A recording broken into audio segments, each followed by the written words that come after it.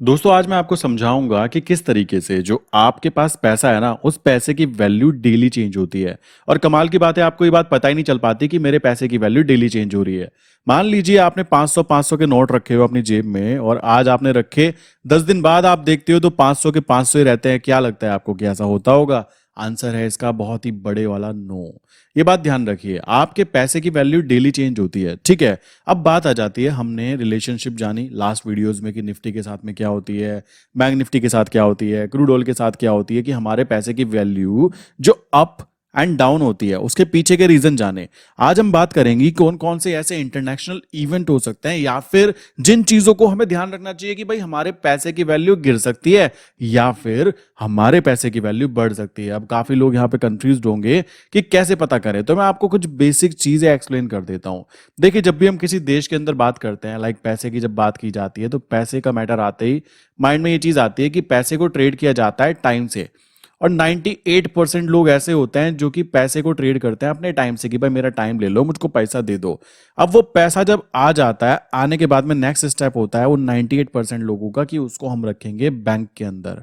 अब बैंक का गेम होता क्या है, बैंक बेसिकली करता क्या है, आपको ये चीज पता होगी कि मेन जो सेंट्रल बैंक की बात की जाए आरबीआई की तरफ से, लाइक नीचे जब बात की जाती है कि बैंक है, और बैंक के नीचे की बात करें तो हम लोग होते हैं जो इसको कह सकते हो इससे ब्याज पे पैसा लेते हैं।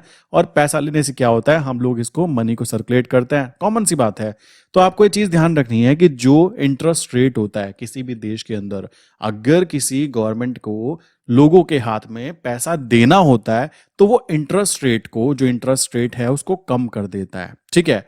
लाइक जो बैंक को पैसा मिलता है ब्याज दर पे उसको रेपो रेट बोलते हैं। अब जो हम लोगों को, लाइक बैंक की तरफ से हम लोगों को जो पैसा मिलता है ब्याज दर पे, उसको इंटरेस्ट रेट के अंदर देखिए तो अगर इंटरेस्ट रेट को कम कर दिया गया तो ये जो इंसान है, आज जो इंसान कह सकते हो कि भाई एक बड़ी गाड़ी लेने की सोच रहा था तो वो और बड़ी गाड़ी लेने की सोचेगा। क्यों? उसके पास में पैसा बहुत ही कम ब्याज दर पे मिल जाएगा। और ब्याज दर पे पैसा कम मिलेगा तो इससे क्या होने वाला है, अब ये इंसान जो है मार्केट में जाएगा और सामान को खरीदेगा। खरीदने के बाद क्या होगा, लाइक जो कंपनी होगी उसके शेयर की वैल्यू बढ़ेगी और उस तरीके से हमारी निफ्टी बैंक निफ्टी के अंदर एक पॉजिटिव वाली मूवमेंट देखने के लिए मिलने वाली है।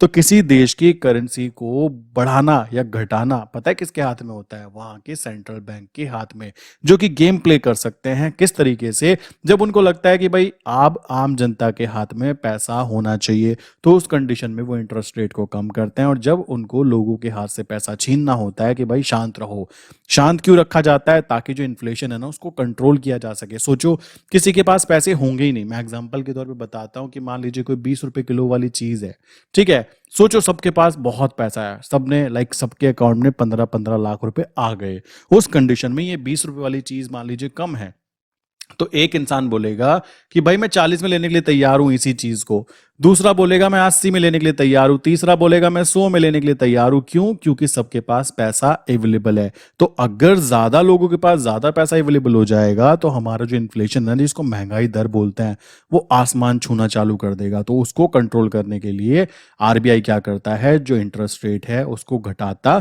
और बढ़ाता रहता है। अगर इंटरेस्ट रेट बढ़ा दिया जाएगा तो लोगों के पास जो पैसा है ना, जो वो खर्च करना चाहते थे, अब उनको दिख रहा है भाई ये कार खरीदनी थी उसको 10 लाख रुपए की, तो इंटरेस्ट रेट लो था तो वो कहता है चलो एक काम करते हैं 10 की जगह 15 वाली खरीद लेते हैं। बट जब यहां पर इंटरेस्ट रेट काफी ज्यादा हाई कर दिया जाता है तो उस कंडीशन में ये इंसान जो गाड़ी होगी वो कहेगा भाई छोटी सी 5 लाख वाली ही खरीद लेते हैं। तो ये डिफरेंस होता है यहां पे क्रिएट करते हुए आरबीआई गेम प्ले कर देती है किस चीज के साथ में, इंटरेस्ट रेट के साथ में, जिसके तहत क्या होता है, लाइक मार्केट में लोगों के द्वारा पैसा डाला जाता है तो हमारी जो लाइक इंडेक्स है वो ग्रो करता है, ठीक है। इसी तरीके से मार्केट से पैसा छीन लिया जाता है तो इससे क्या होता है, इन्फ्लेशन को कंट्रोल किया जाता है। और नॉर्मल इन्फ्लेशन रेट जो होती है वो 6 to 7% अगर होती है तो वो किस कारण से होती है, ये बात भी आपको समझनी है। हमारे देश में अगर 100% पैसा है ना तो उस पैसे का 97% जो है वो डिजिटल फॉर्म में होता है और केवल जो 3% फॉर्म है ना उसको हम देख पाते हैं कैसे, कैश में, जो कि कह सकते हो कैश में पैसा अवेलेबल है। तो गवर्नमेंट क्या करती है, गवर्नमेंट अपने बॉन्ड्स के थ्रू, लाइक अपने बॉन्ड्स के थ्रू क्या करती है, लाइक पैसा क्रिएट कर सकती है। किसके द्वारा? आरबीआई के द्वारा। आरबीआई को बोला जाए कि मैं आपको बॉन्ड शेयर करती हूँ एंड कॉमन सी बात है, मुझको इतना पैसा छाप कर दे दीजिए, वो आपको छाप कर दे देगा और वो नया पैसा हमारे इकोसिस्टम के अंदर, पूरा का पूरा जो इकोसिस्टम रन हो रहा है ना, जहाँ पे कह सकते हो एक पैसा, ध्यान से समझना, दूसरे इंसान के पास जाता है, दूसरे से नेक्स्ट पे जाता है, नेक्स्ट पे जाने के बाद में अगले पे जाता है, और जितनी बार भी पैसा ट्रांजैक्शन होगा, कॉमन सी बात है वहां पे टैक्सेशन भी लगेगी, और टैक्सेशन होगा तो गवर्नमेंट के पास भी जाता है। मतलब आप सोचिए कि सबके पास 10-10 लाख रुपए थे, ठीक है, अभी सिस्टम के अंदर। अब अचानक से गवर्नमेंट ने बोला मालिक आरबीआई को कि एक काम करो 10 लाख और छाप दो, तो वो पैसा भी सिस्टम में 10 लाख आ गया, तो आपके पैसे की वैल्यू खुद ब खुद डिवैल्यूएट होती गई। क्यों होती गई? कॉमन सी बात है, अभी तो आपके पास इतना था, अचानक से एकदम से हवा में पैदा हो गया पैसा और यहाँ पे आपके पास आ गया, तो उस कंडीशन को क्या कहते हैं? Inflation rate. तो इन्फ्लेशन रेट जो होता है वो 6 to 7% नॉर्मली काउंट होता है, तो वो उस देश के लिए बेस्ट काउंट होता है, बिकॉज इससे ज्यादा अगर महंगाई दर होगी तो सोचो आपके पास 1 लाख रुपए आपने बहुत ही मेहनत से जोड़ के रखे थे, एंड जोड़ के रखे थे तो हुआ क्या, अगले साल जो 1 लाख में चीज आती थी अब वो 1.5 लाख में आती है, तो आपके पैसे की वैल्यू खुद ब खुद कम हो गई। तो ये प्रॉब्लम देखने के लिए आती है, और इन प्रॉब्लम को जानबूझकर लाइक गवर्नमेंट ने कुछ ऐसे सिस्टम क्रिएट किए हुए हैं ताकि इन चीजों को मैनेज किया जा सके। तो असली जो किंग है, कॉमन सी बात है, वो कौन है? Basically government. तो आपके पैसे की वैल्यू हाई और लो कौन करा सकता है? वो है गवर्नमेंट। तो पहला इंटरेस्ट रेट जो होता है ये फैक्टर काउंट होता है, जो कि गवर्नमेंट के द्वारा गेम प्ले किया जा सकता है कि भाई ऐसा होगा तो आपके हाथ से पैसा छीन लेंगे। अगर देखा, आपने देखा होगा कोविड कंडीशन में क्या था, ब्याज दर कम कर दी गई थी ताकि लोगों के हाथ में पैसा दे दिया जाए, वो अपना व्यापार करें, व्यापार करेंगे तो बिजनेस ग्रो करेगा, बिजनेस ग्रो करेगा तो देश फिर से कंटिन्यू चल पाएगा, है ना। इसी तरीके से अगर गवर्नमेंट चाहती है पैसा वापस छीन लिया जाए तो वो इंटरेस्ट रेट को बढ़ा देती है, लोग ब्याज पे पैसा नहीं लेते बैंकों से, और नहीं लेते तो उनके पास पैसा नहीं है। उस कंडीशन में होता क्या है, जो इंसान कह रहा था ना कि 20 रुपए किलो में चीज बेचना चाहता हूं, जब लोगों के पास पैसा ही नहीं है, वो कहता है भाई मेरे पास 10 रुपए हैं, मेरे पास 12 रुपए हैं, मेरे पास 15 रुपए हैं, मेरे पास 17 रुपए हैं, तो कॉमन सी बात है ये इंसान क्या कहेगा? ये कहेगा एक काम करता हूँ भाई, प्राइस को थोड़ा कम कर देता हूँ, कॉमन सी चीज है। और प्राइस यहां से ही कम नहीं होगा, बैक एंड से प्राइस कम होगा, क्योंकि जहां पे डिमांड ही नहीं होगी, कॉमन सी बात है, तो सप्लाई करके कोई फायदा क्या होगा? कॉमन सी चीज आती है। तो इस तरीके से महंगाई को कंट्रोल करने के लिए भी पैसे को अप एंड डाउन किया जाता है। आई विश पहला फैक्टर क्लियर, यहाँ पे क्रिस्टल क्लियर हो गया होगा कि इंटरेस्ट रेट जो है वो किस तरीके से गेम प्ले करता है किसी देश की करेंसी को लाइक मैनेज करने के लिए। चलिए जी नेक्स्ट स्टेप की बात करते हैं कि कौन सी ऐसी चीज है जो यहाँ पे सेकंड इंडिकेटर बोल सकते हो। तो आपको ये चीज समझनी होगी, अगर आप पैसा कमाना चाहते हो तो भाई पैसा कमाना जो है ना एक स्लो प्रोसेस है, ठीक है, और ये बात गवर्नमेंट बहुत अच्छे तरीके से जानती है। इसी कारण जो गवर्नमेंट होती है वो लॉन्ग टर्म की प्लानिंग करती है। जो आप देखते होंगे ना बॉन्ड्स होते हैं वो 20-20 साल के होते हैं, 30-30 साल के होते हैं, टी बिल्स होते हैं वो 10-10 20-20 साल के होते हैं, जो कि बहुत लंबी प्लानिंग के साथ देखे जाते हैं। तो यहाँ पर जब हम बात करते हैं पैसे के बारे में कि कौन सी ऐसी चीज है जो कि हमारे लाइक मनी सिस्टम को इफेक्ट करती है, वो है इकोनॉमिकल इंडिकेटर। कौन कौन से, मैं दिखा देता हूं।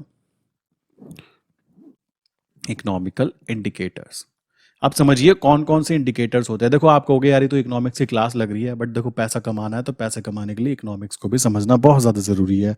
अब इकोनॉमिकल डाटा जैसे होता है, हम बात करें जीडीपी की, बात करें कि जीडीपी की ग्रोथ कितनी थी भाई, कॉमन सी बात है देश को रिप्रेजेंट कर रहे हैं, कितनी ग्रोथ थी। अगर ग्रोथ अच्छी थी तो कॉमन सी बात है देश अच्छा ग्रोथ किया है तो उसकी करेंसी है वो खुद ब खुद मजबूत होगी। जैसा कि मैंने लास्ट वीडियो में आपको बताया था कि हमारे देश की मान लीजिए जीडीपी ग्रो कर रही है, हमारा शेयर मार्केट ऊपर ऊपर जाता जा रहा है, तो कॉमन सी बात है ये क्या रिफ्लेक्ट करता है कि हमारी जो करेंसी है वो मजबूत हो रही है। क्यों? क्योंकि हम लोगों को यूएसडी एनआर के मुकाबले वो उसका प्राइस गिरेगा, तो यूएसडी एनआर के मुकाबले हमें कम पैसा पे करना पड़ेगा, डॉलर कम पे करने पड़ेंगे। अगर $1 चाहिए तो कम पैसा पे करना है। तो ये एक सिस्टम पूरा मैंने कल वीडियो में बताया भी था आपको। इसी के साथ बात करें कितने नंबर ऑफ लोग यहाँ पे कह सकते हो, एम्प्लॉयमेंट जो रेशियो होता है ना, एम्प्लॉयमेंट का जो भी यहाँ पे डाटा आता है वो भी किसी देश की इकोनॉमी को ग्रोथ करने में काफी ज्यादा मदद करता है। इसी के साथ में यहाँ पे कितने लाइक मैन्युफैक्चरिंग हो रही है, ठीक है। कितनी मैन्युफैक्चरिंग हो रही है, प्रोडक्ट यहाँ पे लाए जा रहे हैं, लाइक कह सकते हो इंपोर्ट किए जा रहे हैं या यहाँ से एक्सपोर्ट किए जा रहे हैं। ये भी एक बहुत ही पॉजिटिव एंड नेगेटिव फैक्टर डालता है अगर किसी देश की करेंसी को मजबूत या कमजोर होने की बातें की जाएं। देखो ये बातें समझना बहुत जरूरी है कि कौन सी चीजें मजबूत करती हैं और कौन सी चीजें कमजोर करती हैं, थोड़ा सा समझना जरूरी आ जाता है। इसी के साथ में यहाँ पर देखा जाता है कि कौन कौन सी चीजें हो रही है, जैसे कि हम डॉलर के मुकाबले बातें करते हैं तो फेडरल रिजर्व जो वहां पर होती है, जैसे यहाँ पे आरबीआई होती है ना, आरबीआई काम करती है रुपए के लिए, तो ऐसे फेडरल रिजर्व होती है तो उसके द्वारा बनाई गई जो पॉलिसीज होती हैं किसको लेकर, डॉलर को लेकर, वो भी बहुत ज्यादा मैटर करती है। आप कहोगे भाई उस देश का हमारे से क्या मतलब, भाई बहुत मतलब होता है, क्योंकि इंटरनेशनल करेंसी जो है वो डॉलर काउंट होता है। तो हम लोगों को कुछ भी प्रोडक्ट खरीदना है, कुछ भी प्रोडक्ट बेचना है, तो हम लोगों को डॉलर ही रिसीव होते हैं। तो उस कंडीशन में आपको ये बात भी ध्यान रखनी है कि फेडरल रिजर्व क्या इंपैक्ट करती है, उस चीज को भी आपको ध्यान रखना होता है। देन बात करते हैं, मैंने नेक्स्ट स्टेप की बात की, इन्फ्लेशन रेट की मैंने बात की थी आपसे, ठीक है। इन्फ्लेशन रेट की बात करें तो ये भी काफी ज्यादा जरूरी हो जाता है। जितना ज्यादा इन्फ्लेशन रेट कह सकते हो कम होता है उतना ही अच्छा माना जाता है करेंसी को। ये बात ध्यान रखना है। इन्फ्लेशन रेट कम होने का मतलब क्या होगा कि आपका इन्फ्लेशन मान लीजिए 5% रहा, महंगाई दर बोली जा रही है इसको, 5% रहा, तो आपको ये चीज रहेगी कि भाई आज कोई चीज अगर 1 लाख रुपए की आ रही है तो 1 साल बाद उसकी वैल्यू 1,05,000 हो जाएगी। और हम लोगों को बेसिकली, एक जीरो ज्यादा लग गई, हम लोगों को बेसिकली ये बात समझनी होगी कि उतने पैसे में उतनी चीज नहीं होगी। तो इससे अच्छा क्या है, हम उस तरीके की अपनी प्लानिंग करके चलेंगे। जितना ज्यादा इन्फ्लेशन रेट कम होता है उस देश की करेंसी को उतना ज्यादा मजबूत माना जाता है कि भाई इसकी करेंसी ज्यादा मजबूत है। सोचो अभी ये 1 लाख रुपए आपके पास है और 1 साल बाद अगर इसका इन्फ्लेशन रेट सोचो 10% होता, तो आज जो चीज आप 1 लाख में खरीद सकते हो, कल वो चीज आप 1,10,000 में भी नहीं खरीद पाओगे। ये बात ध्यान रखो, कॉमन सी बात आ जाती है, लाइक 1,10,000 में भी नहीं खरीद पाओगे। तो ये चीज आपको समझनी है कि आपका काम करने का, कि आपको इन्फ्लेशन कितना ज्यादा जरूरी हो जाता है। तो इन्फ्लेशन रेट अगर कम है किसी देश के अंदर तो वो उस देश की करेंसी के लिए अच्छा माना जाता है। इतना दिमाग में बिठा लीजिए, वो काफी ज्यादा जरूरी हो जाता है। थर्ड पॉइंट अगर मैं यहाँ पे बात करूं तो अगर किसी भी देश के अंदर कोई भी आकर व्यापार कर रहा है, तो व्यापार का मतलब हुआ कि वो वहां पे आके अपना पैसा इन्वेस्ट कर रहा है। तो पैसा अगर वो किसी भी स्टेट के अंदर करेगा या फिर ऑल ओवर इंडिया में करेगा, हमारी कंट्री में करेगा, तो वहां पर ध्यान रखने की बात है पॉलिटिकल स्टेबिलिटी। ठीक है, ये सबसे जरूरी है पहली बात तो। ठीक, दूसरी चीज आ जाती है यहाँ पे कि इकोनॉमिकल परफॉर्मेंस कैसी है उस पर्टिकुलर जगह की। मान लीजिए कोई इंसान यूपी के अंदर अपनी फैक्ट्री लगाना चाहता है और वहाँ पे पढ़े लिखे लोग नहीं हैं, देन डेफिनेटली वहाँ पे प्रॉब्लम होगी। इकोनॉमिकली वहाँ पे परफॉर्मेंस अगर अच्छा नहीं है, मान लो कोई इंसान कोई प्रोडक्ट बनाता है, वहाँ पे आके कंपनी क्रिएट करता है और वहाँ पे काम कर रहा है और वहाँ पे उसकी कोई डिमांड ही नहीं है, सप्लाई ही नहीं होगी, तो पैसा कैसे बन पाएगा। तो ये चीज़ भी काफ़ी ज़्यादा इम्पैक्ट करती है किसी देश की इकोनॉमी को अच्छा बनाने में। एंड इसी के साथ में एक और चीज़ आ जाती है, यहाँ पे देखा जाए ट्रेड बैलेंस। ट्रेड बैलेंस बोलते हैं इसको। इसमें क्या होता है, नॉर्मली इसमें देखा जाता है कि कोई भी कंट्री है, लाइक उसके अंदर जितना प्रोडक्ट बनता है और उसको जितना प्रोडक्ट चाहिए होता है, ठीक, अब कितना प्रोडक्ट वो यहाँ से बाहर भेजते हैं, ठीक, और कितना प्रोडक्ट बाहर से यहाँ मंगाते हैं। अगर भेजने वाला नंबर ज्यादा है कि भाई हम लोग ज्यादा बेचते हैं लोगों को, तो हमारे पास में ज्यादा डॉलर इकट्ठे होंगे और हमारा जो फॉरेन रिजर्व है वो ग्रो करेगा। कॉमन सी बात है, फॉरेन रिजर्व ग्रो करेगा तो कॉमन सी चीज आती है, हमारी करेंसी मजबूत होगी। और करेंसी मजबूत होगी का मतलब क्या है, हमारा जो यूएसडी आईएनआर है वो नीचे की तरफ आना चालू होगा। समझ रहे हो, ये इसका कॉन्सेप्ट होगा बैकएंड के अंदर। इसी तरीके से आपको ध्यान रखना है कि जितना ज्यादा कह सकते हो हमारा यहाँ पे इंपोर्ट एंड एक्सपोर्ट के अंदर ट्रेड होगी, उस हिसाब से हमारा यहाँ पे ट्रेड बैलेंस निकल कर आता है कि हम माइनस में जाते हैं या फिर हम प्लस में जाते हैं। कॉमन सी बात आती है। इसी के साथ में फॉरेन रिजर्व बढ़ेगा, कॉमन सी चीज आती है। देन यहाँ पर एक और चीज इंपॉर्टेंट हो जाती है कि काफी जगह पे ना ये देखा गया है कि काफी सारे लोग सोचते हैं कि केवल और केवल हमारे देश में सब कुछ अच्छा चलता रहेगा तो सब कुछ अच्छा रहेगा, बट ऐसा बिल्कुल भी नहीं होता। आपको ये बात ध्यान रखनी है कि ग्लोबली अगर कोई इवेंट्स हो रहे हैं, अब इवेंट्स कोई यहाँ पे पार्टी की बातें नहीं कर रहा हूँ मैं। इवेंट का मतलब हो जाता है कोई वॉर हो रही है, ठीक है, कहीं पर कोई कॉन्फ्लिक्ट क्रिएट हो रहे हैं कि भाई कोई चीज़ नहीं मैच हो पा रही है, या फिर दुनिया दो भाग में बट रही है किस चीज़ को लेकर, एक पर्टिकुलर टॉपिक को लेकर, जिसके अंदर हमें भी अपना स्टैंड देना पड़ेगा कि हम किस तरफ हैं।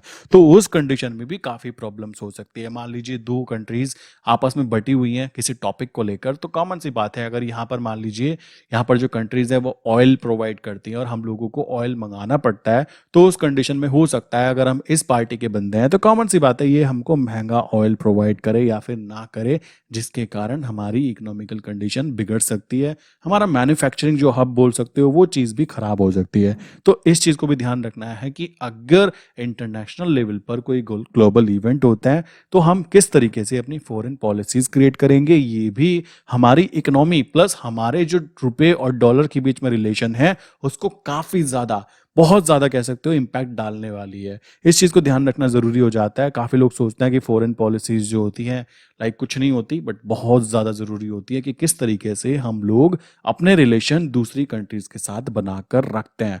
तो ये भी आपकी जेब में, मतलब देख रहे हो ग्लोबल इवेंट्स कहाँ हो रहे हैं, लोग कहते हैं वॉर हो रही है, मर जाए भाई जो मर रहा है, ऐसा होता है, ऐसा बोलते हैं काफ़ी लोग कि जहाँ हो रहा है होता रहा, हम तो सही रह रहे हैं ना, बट ऐसा नहीं है। पूरी दुनिया में अगर कहीं पे भी ग्लोबल इवेंट होंगे और वहाँ पे प्रॉब्लम क्रिएट होगी तो वहाँ पे बात आ जाती है, फिर डिफरेंट होना चालू हो जाता है कि भाई ये आपकी पार्टी वाले लोग, ये हमारी पार्टी वाले लोग, एंड इस पर्टिकुलर कंट्री के अंदर अगर कोई ऐसी चीज़ हुई जो हमें चाहिए होती है और इसी तरीके से इन लोगों को इन वाली पार्टीज से कुछ चाहिए होता है, तो वहां पर भी ये चीजें निकल कर आती है। काफी ज्यादा रेस्ट्रिक्शन लगाए जाते हैं, काफी सारे कह सकते हो बातें रोकी जाती है कि भाई आप इनको ये चीज नहीं बेच सकते, अगर आप हमारी पार्टी के बंदे हो, समझ रहे हो, पार्टी बन जाती है। तो वहां पर भी ये चीजें ध्यान रखने की होती है कि इंटरनेशनल इवेंट्स अगर होते हैं तो हम लोगों को उन पर भी नजर रखनी चाहिए, ठीक। देन लास्ट बात करें, जैसा कि मैंने बताया कि हमारे दो होते हैं, जैसे हम आईएनआर की बात करें तो आईएनआर को कौन चेक करता है, आईएनआर का सेंट्रल बैंक कौन है, आरबीआई। तो आरबीआई अगर कोई भी पॉलिसीज क्रिएट करता है, कोई भी अपडेट करता है, लाइक काफ़ी टाइम ऐसा होता है कि काफ़ी ज़्यादा रेपो रेट बढ़ाया जाता है या कम किया जाता है, तो रेपो रेट का इम्पैक्ट भी पड़ता है। रेपो रेट मीन्स बोल सकते हो कि आरबीआई के द्वारा पैसा दिया जाता है लोन पे बैंक्स को, ठीक है, जो आपका ये एसबीआई वगैरह बैंक होता है ना, इनको पैसा मिलता है, तो ये पैसा मिलने के बाद में अब ये क्या करता है, नीचे आम जनता को देते हैं। तो ये वाला जो लाइक रेपो रेट यहाँ पे आता है, इसको कम ज़्यादा करने की जो पावर है वो हो गई। प्लस काफ़ी ज़्यादा ऐसे होते हैं जो करेंसी को मजबूत करने के लिए, जैसे कि अभी आपको मैंने बताया कि करेंसी को डिजिटल फॉर्म में लाने की कोशिश की जा रही है, या फिर कह सकते हो जैसे 2000 के नोट्स जो थे उनको हटाने की बातें की गई। ये सारे की सारी जो पॉलिसीज़ है ना, ये हमारी देश की करेंसी को मजबूत करने की बातें करते हैं। सोचो कैसे, आप कहेंगे भाई कैसे करते होंगे, सोचो अगर मान लीजिए 2000 का नोट छपा हुआ है, ठीक है, अब किसी ने इसकी कॉपी बनाना चालू कर दिया, तो आप तो लेकर घूम रहे हो 2000 का नोट, मैं भी लेकर घूम रहा हूँ 2000 का नोट, एंड किसी इंसान के पास भी 2000 का नोट है। अब सोचो अभी तो 6000 के नोट थे, पता लगा इस इंसान ने 6 नोट छाप दिए यहाँ पे, तो अभी क्या है, यहाँ पे टोटल 9 नोट हो गए। तो 9 नोट हो गए तो क्या होगा, हमारे नोटों की वैल्यू तो खुद ब खुद गिर गई ना। तो इनको बाहर करने का प्रोसेस, इनको दूर रखने का प्रोसेस, ये सारी चीजें कौन करता है, आरबीआई की तरफ से पॉलिसीज क्रिएट की जाती है।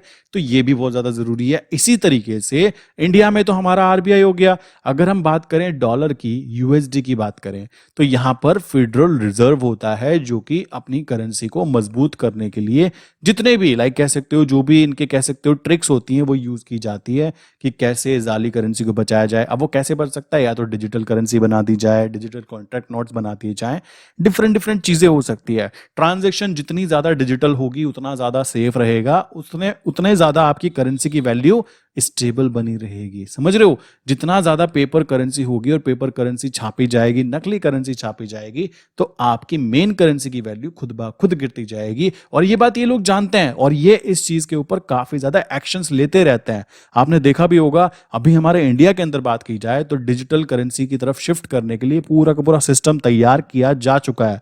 लोगों को आज के टाइम पे आदत पड़ चुकी है। मैं अपनी बात करूं, मेरी जेब में कोई कैश नहीं होता, कॉमन सी बात है। बहुत दिनों से मेरे हाथ में कोई कैश मैंने लिया भी नहीं है। क्यों नहीं लिया, क्योंकि सब कुछ ऑनलाइन ट्रांजैक्शन हो रहा है। और एक टाइम के बाद 5 साल या 10 साल बाद हम लोगों को इतनी आदत हो जाएगी कि एक चवन्नी या 1 रुपए का प्रोडक्ट भी होगा ना, वो भी हम यूपीआई के थ्रू खरीदेंगे। तो उस कंडीशन में आप समझ सकते हो कि जो जाली नोट वाले लोग थे वो अपने नोट चलाएंगे कहाँ, जब उनसे नोट लेंगे नहीं। भाई हमको तो डिजिटल चाहिए होता है। इससे क्या है, इकोनॉमिक भी ग्रोथ करेगी, प्लस इनकम टैक्स भी आप पे करोगे। सभी ट्रांजैक्शन डिजिटल होंगी तो इनको ट्रैक करना इजी होगा, कोई स्कैम नहीं होगा। तो ये सारे के सारे जो पॉजिटिव फीडबैक्स है ना, ये सब के सब हमारी करेंसी स्पेशली यूएसडी एनआर की वैल्यू को मजबूत करने के लिए बनाए जा रहे हैं। अब मजबूत करने का मतलब यूएसडी एनआर नीचे आना चाहिए, बट इसको इंप्लीमेंट होने में प्लस इनके रिजल्ट्स आने में काफी लंबा समय लग सकता है। 5 ईयर, 10 ईयर, 15 ईयर, तो ये टाइम फ्रेम बहुत लंबा होता है। ठीक है, तो ये हुआ बेसिक चीजें जो आपको पता होनी चाहिए कि करेंसी को कौन सी चीज नीचे गिर सकती है, कौन सी चीज करेंसी को ऊपर उठा सकती है। और अगर आपको ये कॉन्सेप्ट क्लियर हो गए होंगे तो अच्छी बात, नहीं क्लियर होंगे तो वीडियो एक बार फिर से देख लेना। मैंने ये वीडियोस बहुत ही इजी वे में बताने की कोशिश की है कि कौन कौन सी ऐसी चीजें होती हैं जो करेंसी के ऊपर पॉजिटिव और नेगेटिव इंपैक्ट डाल सकते हैं, और हम लोगों को किन किन चीजों पे नजर रखनी चाहिए, ताकि हम लोग आइडिया लगा सके कि भाई ऐसा कुछ हुआ है। अगर आरबीआई की तरफ से न्यूज आती है तो मैं आपको बताना चाहूंगा, आप उस न्यूज को कहां पे देखोगे? मैं खुद देखता हूं, जहां पे उसको देखते हैं मनी कंट्रोल। चेक moneycontrol.com करके होता है, उस पे जाके आप इजीली इसको देख सकते हो, इसकी पॉलिसीज कोई भी अपडेट होती हो तो। ऐसे फेडरल रिजर्व या फिर यूएसडी रिलेटेड कोई भी न्यूज आती है तो हम लोग क्या करते हैं, फॉरेक्स फैक्ट्री, ठीक, forexfactory.com ये वेबसाइट है, यहाँ पे हमें दिख जाता है। इसके अलावा मैं खुद कुछ और यूज़ नहीं करता हूँ, कॉमन सी बात आती है, आप ये वीडियो कई बार देख भी चुके हो, बताता भी रहता हूँ कि ये चीज़ें फॉलो की जाती हैं, तो ये तरीका हो जाता है। अब उसके बाद बात आ जाती है कि कौन सी न्यूज़ काम की है, कौन सी नहीं है। ये आइडेंटिफिकेशन करने के लिए आपको थोड़ा सा एक्सपीरियंस गेन करना पड़ जाता है कि भाई क्या न्यूज़ आई थी, किसका क्या इम्पैक्ट हुआ था, और क्या उसके कारण पॉजिटिव नेगेटिव मूवमेंट्स काउंट हुई थी। ठीक है, सो आई विश यहाँ तक की जो बातें मैंने आपको एक्सप्लेन किया ना, ये आपके लिए काम करेंगी। क्यों? बहुत है, इतना ज़्यादा इंफॉर्मेशन लेके कोई काम नहीं होता। बस आपको पता होना चाहिए कि इंटरेस्ट रेट बढ़ता है घटता है तो क्या होगा, इकोनॉमिकल इंडिकेटर जो मैंने आपको बताया, जीडीपी ग्रोथ, एम्प्लॉयमेंट वाले हो गए, मैन्युफैक्चरिंग वाले हो गए, उनके साथ क्या हो सकता है, इन्फ्लेशन रेट्स का क्या इंपैक्ट पड़ता है किसी देश की करेंसी पर, या कह सकते हो पॉलिटिकल स्टेबिलिटी या फिर इकोनॉमिकल जो पैरामीटर्स होते हैं उनको देखने पर कैसे इंपैक्ट आता है, ट्रेड बैलेंस हमारा पॉजिटिव है नेगेटिव है उसको कैसे चेक किया जाए, प्लस इसी के साथ में फॉरेन रिजर्व हमारे पास कितना है, ग्लोबल इवेंट क्या हो सकते हैं, कौन से सेंट्रल बैंक की तरफ से क्या किया जाता है, उसको कैसे देखा जाता है। इतनी बातें पता है ना, ये बहुत है, ज्यादा पीएचडी करने का कोई लॉजिक नहीं बैठता, ये बात ध्यान रखना। तो आई विश यहाँ तक की बातें क्लियर हो गई होंगी। किसी के माइंड में कोई क्वेश्चन है तो पूछ सकता है। दूसरी बात आ जाती है, ये नंबर है 9837482890। आपको क्या करना है, 40 प्लस 96 कितने होते हैं, मुझे इस नंबर पे कमेंट करके बताइए। मैं जानना चाहता हूं कितने लोगों ने वीडियो को अंत तक देखा है। प्लीज व्हाट्सएप कीजिएगा, डायरेक्ट कॉल मत कीजिएगा। कितने लोगों ने वीडियो को अंत तक देखा है? और दूसरा नंबर है 8077521043। आप इनमें से किसी भी नंबर पे हाई मैसेज करके अपने क्वेश्चन भी पूछ सकते हो, एंड यहाँ पर आंसर जरूर बताना ताकि मुझे पता लगे किन किन लोगों ने वीडियो को देखा। दूसरी चीज आ जाती है, अगर आप काम करना चाहते हो करेंसी मार्केट में, काफी सारी चीजें अपडेट में करता रहता हूँ अपनी वेबसाइट पे। ये मेरी वेबसाइट है explosivtrades.in। आप इस वेबसाइट पे जाकर इजीली एनरोल कर सकते हो। वहाँ पर मैं काफ़ी सारी चीज़ें अपडेट करता रहता हूँ अबाउट करेंसी मार्केट, और स्पेशली हम लोग जो काम करते हैं यूएसडी आईएनआर, जो कि 100% सेबी रजिस्टर्ड है, ठीक, सेबी रजिस्टर्ड ब्रोकर में होता है और आरबीआई अप्रूव्ड पेयर है। काफ़ी सारे लोग कमेंट करते हैं कि फॉरेक्स ट्रेडिंग को लीगल नहीं है, तुम कैसे करते हो? भाई तुमको पता नहीं है, कॉमन सी बात है, पहले पता करो देन उसके बाद में जाकर कमेंट करो। ठीक है, इतनी मेहनत मत किया करो भाई, नीचे कमेंट करते हो फिर मैं भी जवाब देता हूँ, हाँ जी लीगल है इनलीगल है, पूरा डिस्कशन चलता है। आई थिंक ये टाइम पास है, तो इतना सा पहले पता करो कि क्या लीगल है क्या इनलीगल है, देन काम करो। मेरे चैनल पर आपको एक भी कंटेंट इनलीगल मिल जाए तो मुझे बताइए, मैं तुरंत अपने पूरे चैनल को डिलीट करने की क्षमता रखता हूँ कि अगर मैं गलत बातें कर रहा हूँ तो। बट यहाँ पे बिल्कुल करेक्ट बातें हो रही हैं, लीगल है, तो डरने की कोई भी बात यहाँ पे निकल कर नहीं आती। ठीक है, तो इसका वीडियो का आंसर जरा मुझे यहाँ पे शेयर करके बताइए।